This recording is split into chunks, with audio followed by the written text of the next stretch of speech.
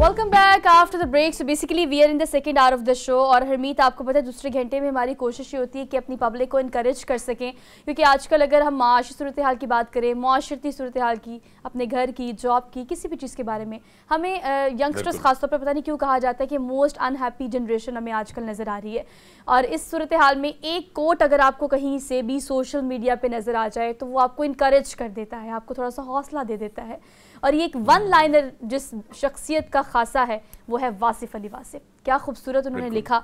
20वीं सदी की अगर बात की जाए तो मारूफ शायर रहे, मुसन्निफ, कॉलम निगार, अदीब, क्या क्या उन्होंने लिखा और जिस खूबसूरती से लिखा हरमीत, वो आज भी यकीनी तौर पर हमारी नौजवान नस्ल के लिए ये मशअल राह है। दुरुस्त है सुहा। अगर हम देखें बहुत सारी ऐसी चीज़ें जब उनकी सामने आती हैं, कहीं ना कहीं आप जिस परेशानी में हो, जिस मुश्किल हालात में आप गुजर रहे हो, और एक कोट जब आपके सामने आ जाता है तो आपका हौसला दोबारा, यानी आप दोबारा मोटिवेट हो जाते हैं और आप फिर अपनी उस राह पर चलने की जो है वो ठान लेते हैं जिसमें कहीं ना कहीं आपको लगा कि मैं नाकाम हो चुका हूं। तो ये बहुत बड़ी बात है कि एक तरफ आप इतने बड़े राइटर हों, आप इतने बड़े लिखारी हों, आप शायरी करते हो, सारी चीजें, लेकिन फिर वो जुमले जो बहुत सारे लोगों की जिंदगी बदलें, तो मेरे ख्याल में ऐसे हस्तियां जो हैं वो बहुत कम, हमारे मुल्कों की सरजमीन की बात कीजिए तो बहुत कम ऐसी हस्तियां हमें नसीब हुई है।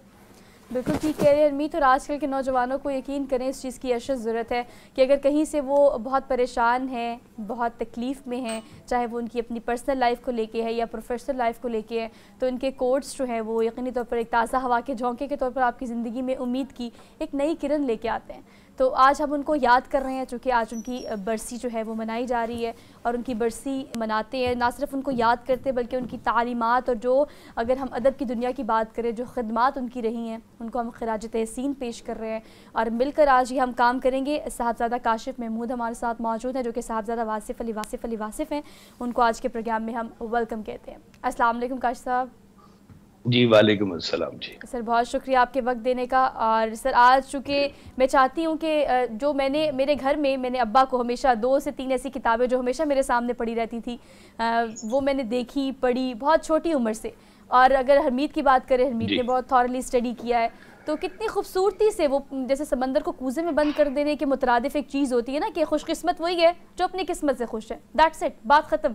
तो क्या क्या किस तरह से आप आज उनको याद करेंगे? जी बिस्मिल्लाहिर्रहमानिर्रहीम। ये आपने बड़ी खूबसूरत बात की। असल में जिसको कहना चाहिए मुख्तसर नवीसी या मुख्तसर बात करना दुनिया के मुश्किल तरीन मराहिल में से एक मरहला है। बिल्कुल ठीक। लंबी तकरीरें सब करते हैं, लेकिन मुख्तसर और जामे बात करना जो है ना, ये बड़ा कोई अल्लाह ताला की तरफ से खास इनाम होता है लोगों के ऊपर।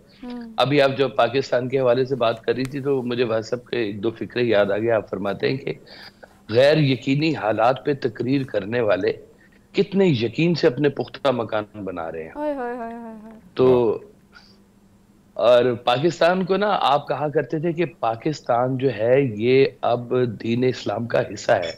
हमारे लिए पाकिस्तान की खिदमत जो है इस्लाम की खिदमत है।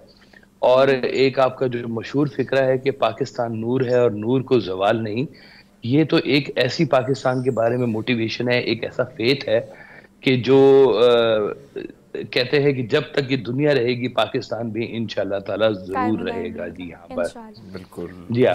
और अगर हम देखें एक तरफ तो जितने भी उनकी कोट आते हैं, बहुत सारी चीजें जो हमने पढ़ी हैं और बहुत कुछ सीखने को मिला है।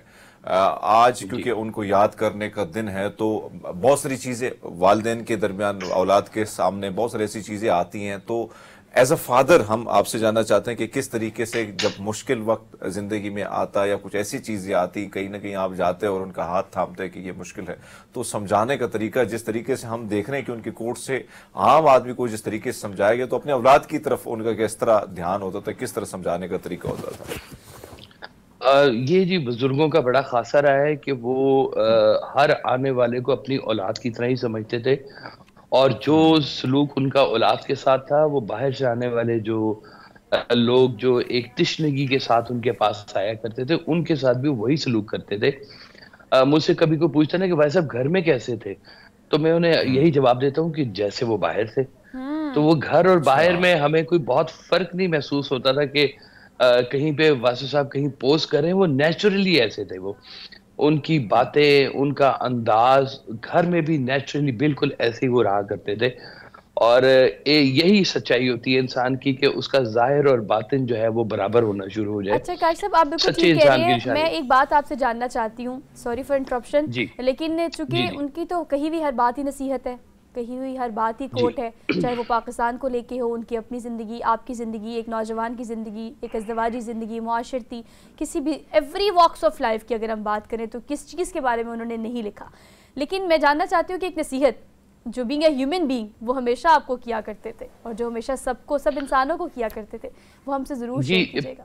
پہلی بات تو وہ یہ کہا کرتے تھے کہ دیکھو بیٹا, زندگی سے نا چھوٹے سے چھوٹا جھوٹ بھی نکال دو. بلکہ کہتے تھے کہ اگر تم 40 دن تک تمہاری زبان سے اگر جھوٹ نہ نکلے, 41ویں دن تم جھوٹ بولو گے وہ بھی سچ ہو جائے گا. تو یہ سچائی کا جو انداز تھا نا آپ کا, یہ کہ کہا کرتے تھے کہ جو نہیں ہے مت بیان کرو, جو ہے اسے کم دکھاؤ. Show less than you have, speak less than you know. یہ ان کا ایک بڑا خوبصورت بات. کاشف صاحب ایک اور چیز جو میرے سامنے آئی اور میں چاہتا ہوں کہ آپ اس کی بھی تصدیق کریں, یعنی چہرہ پڑھنا. بہت سے کم لوگ ہوتے ہیں جو چہرہ بھی پڑھ لیتے ہیں, پھر بہت سارے لوگ جو ہیں ایسے لوگوں سے کمنی, ایسے جو محفلیں ہیں اس سے بھی بڑی دور رہنے کی کوشش کرتے ہیں. تو اگر ہم ان کی جتنے بھی کوٹ نکالے, جتنا ہم نے ان کے بارے میں پڑھا, تو ہمیں یہ لگا ہے کہ بڑے آسانی سے ان کو اندازہ ہوتا تھا کہ یہ شخص جو ہے, فلاں شخص جو ہے کیا چاہتا ہے. اس طریقے سے بہت ساری چیزیں جو ہیں وہ ہمارے سامنے آئی ہیں. تو آپ سے جاننا چاہیں گے کہ بہت سارے شاعر, بہت سارے ادیب جو ہوتے ہیں, ان کی کوشش ہوتی ہے کہ وہ بہت ہی کم لوگوں سے تعلق رکھتے ہیں. اور واصف صاحب کے حوالے سے ہم جاننا چاہیں گے کہ وہ کس طرح, کتنے فرینڈلی تھے, یا وہ اس چیزوں کے حوالے سے بھی بڑا خیال رکھا کرتے تھے. دیکھیں, شاعر اور ادیب ہونا ایک شعبہ ہے, لیکن ایک عارف ہونا ایک الگ بات ہے. وہ عارف جب اپنا اظہار کرتا ہے تو وہ اظہار کے لیے کبھی شاعری کو ٹول بناتا ہے, کبھی نثر کو, کبھی گفتگو کو.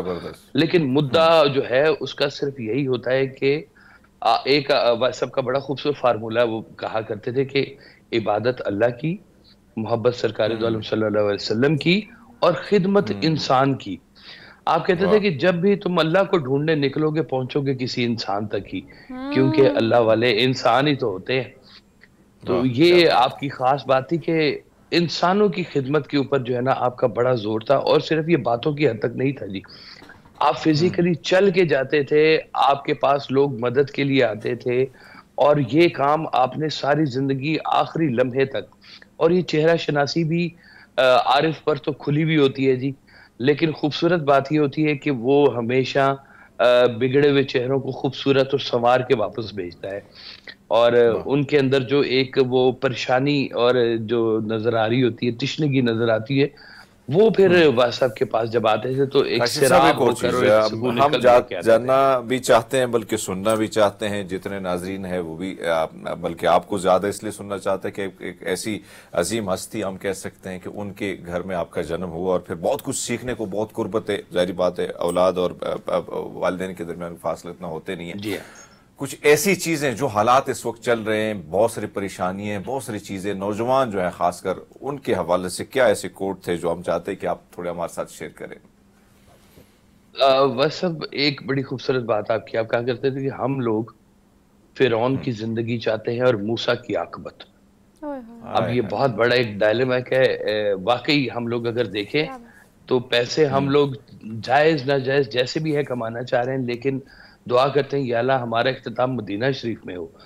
تو ظاہر کا اور باطن کا جو فرق یہاں پر بھائی صاحب نے بیان فرمایا ہے نا, وہ نوجوانوں کو یہ بات بار بار سمجھائی ہے کہ کہیں ماں باپ کو چھوڑ کے کوئی ترقی نہ کر لینا, کہیں پر ماں باپ کو چھوٹا بنا کر کوئی بہت بڑے نہ بن جانا, ان کے سامنے زیادہ انگلش میں بات نہ کرنا, ان کو کہیں سے تحقیر نہ محسوس کرانا. اس کے بیچ میں بڑے راز چھپے ہوئے ہیں. والدین رب کا مظہر ہوتے ہیں, اور والدین کی خدمت پہ آپ نے بے بہا بات کی. اور جیسے جیسے نوجوان بڑے ہوتے گئے, ان کے لیے اسلام کو پریکٹیکل شیپ میں جو لے کے آنے کی آپ نے بات کی ہے, وہ بہت ضروری بات تھی کہ صرف بیان نہیں. آپ کہا کرتے تھے کہ صرف بزرگوں کی یاد بنانے سے بات نہیں بنتی, ان کے نقش قدم پر چلنے سے بات بنتی ہے. کاشف صاحب آپ نے وقت دیا، آپ کا بے حد شکریہ. آپ نے جو باتیں یقینی طور پر جو ایکسپیرینسز آپ نے شیئر کیے، اگر ہم ان کی تمام تر تعلیمات کو جو ہرمیت انہوں نے لکھا اس کو اگر ہم اس کے کرکس کے طور پر سامنے لے کے آئے تو بار بار ایمفسائز کر کے انہوں نے یہی کہا کہ تلخ ہو جاتا ہے ظاہر کا سفر، راہ میں حائل اگر ہو باطن کی سرگوشی. کوشش کریں کہ اپنا ظاہر اور باطن کو بیلنس کریں، اور یہ آپ کے لیے، میرے لیے، حکمرانوں کے لیے، سیاستدانوں کے لیے، ایک عام انسان کے لیے، سب کے لیے اگر سر اپنا ظاہر اور باطن ایک جیسا کرنے کی کوشش کریں گے تو میرے خیال سے حالات اور معاشرہ بہتر ہو جائے گا. ایک بریک لیتے ہیں، واپس آتے ہیں بریک کے بعد.